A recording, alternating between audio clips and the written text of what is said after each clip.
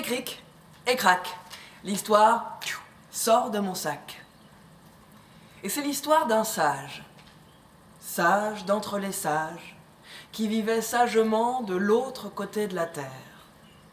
Et ce sage-là, tous les matins, dans l'unique pièce de sa petite maison, il méditait. Il était avec le grand tout, ou le grand rien, c'est selon.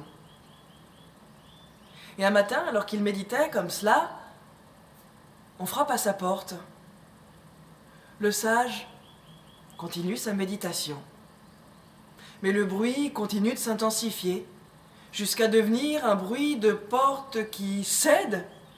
Alors le sage ouvre son œil, regarde, et dans l'entrebâillement de la porte, reconnaît un voleur. Il n'y avait pas de doute. Le sage referme les yeux et continue sa méditation. Le voleur, lui, fait un pas de recul, interloqué. Il avait l'habitude de provoquer un peu plus d'émotion quand il arrivait chez les gens, voilà, c'est tout. Il en était même un peu vexé. Bon, il ne s'est pas dégonflé, il est entré dans la maison du sage, a ouvert son baluchon et y a fourré tout ce qu'il pouvait trouver. Mais tout ce qu'il trouvait, c'était pas grand-chose. Ce sage-là, par définition, était pas très matérialiste. Alors, il y a mis un peu plus du sien. Il a tiré les tiroirs, les a retournés, vidés par terre, a ouvert les placards, tout mis sans dessus-dessous, soulevé le tapis sur lequel était assis le sage. Alors le sage a ouvert l'œil. C'est l'or que vous cherchez? Oui. Il est dans le coffre. Pour le voleur, deuxième coup de grâce. Il ne s'est pas dégonflé. Il est passé derrière le sage, à pas de loup, s'est dirigé vers le coffre, l'a ouvert. Dedans, 3 belles bourses d'or y dormaient.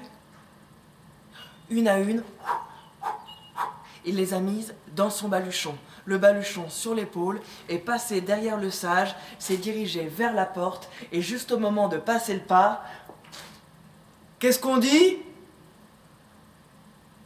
Merci. Et le voleur est parti. Et nous le retrouvons quelques jours plus tard.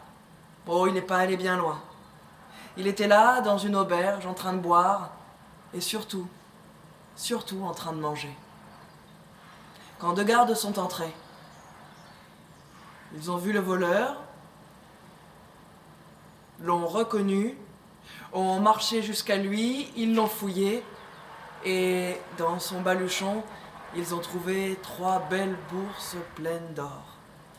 Rien ne manquait encore. Alors ils l'ont questionné, le voleur n'a pas pu nier.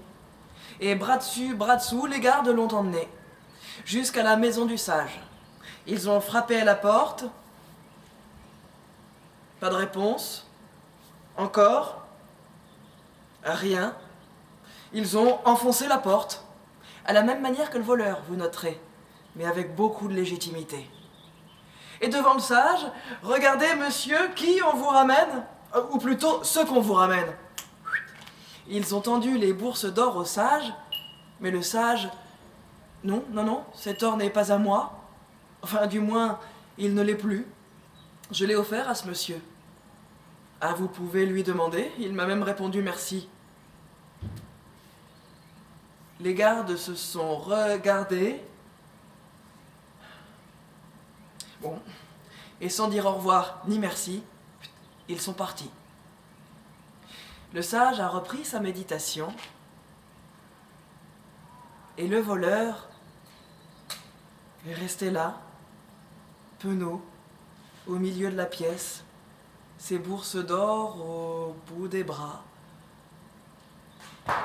Alors, il est passé derrière le sage, à pas de loup. Il s'est dirigé vers le coffre, l'a ouvert, et il y a recouché les 3 belles bourses pleines d'or. Il est passé derrière le sage à nouveau, s'est dirigé vers la porte, et juste au moment de passer le pas, le sage... Merci.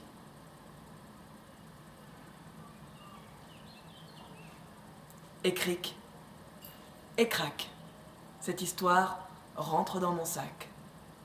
Et je ne l'ai pas dit sur les autres vidéos, mais ces histoires, elles sont à vous, vous les avez entendues. Vous êtes libre de les faire circuler.